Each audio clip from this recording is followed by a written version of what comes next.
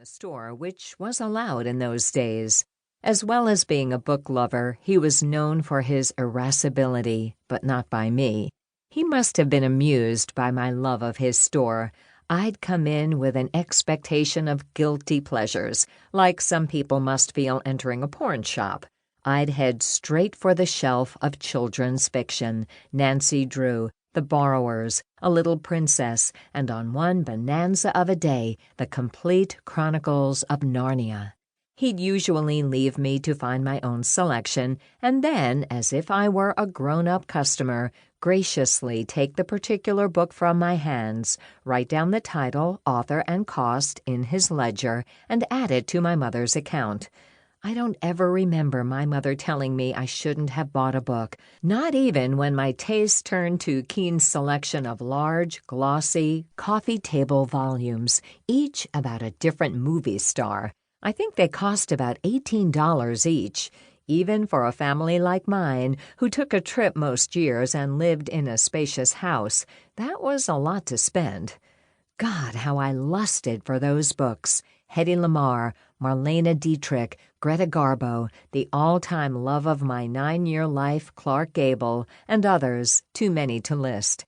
But I didn't grab them all up at once. Maybe I knew my mother would draw the line at that. Instead, I'd choose one and yearn for it for a while, looking it over Saturday after Saturday until I was ready or felt permission to buy it. Then the process would begin again until I brought home another one. Mr. Keen must have stocked only a few at a time because months would sometimes go by without a new title to tempt me. I'd wander in with Michelle, perfectly content to browse other sections of the store. Then grouchy, gravel-toned Mr. Keen would come over and say, in what seemed to me a diffident voice, "Susie, I got in something new. Take a look at this."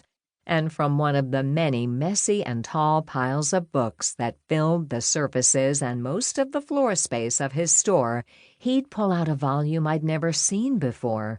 Once it was Marilyn Monroe, another day Rita Hayworth, and another time Gary Cooper.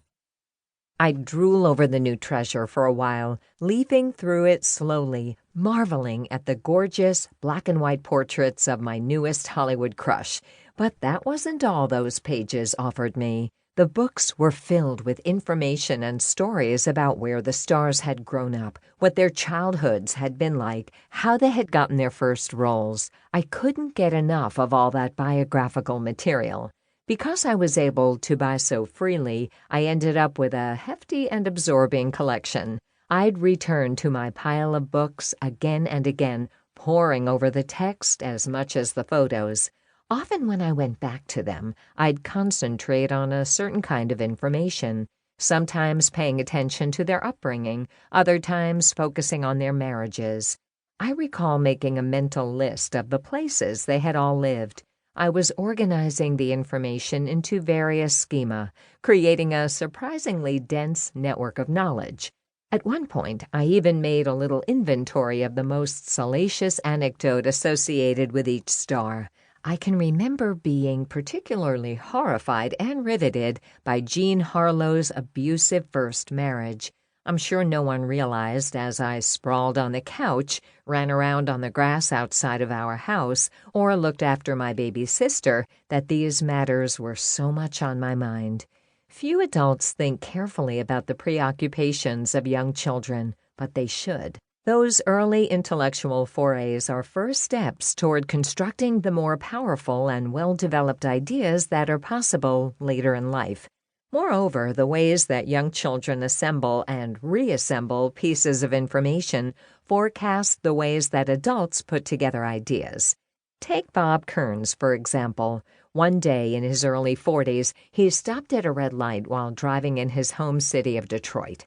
Noting that it had begun to rain lightly, he turned on his windshield wipers, but the switch had only two options, one speed for a regular shower and a faster one for a heavy downpour.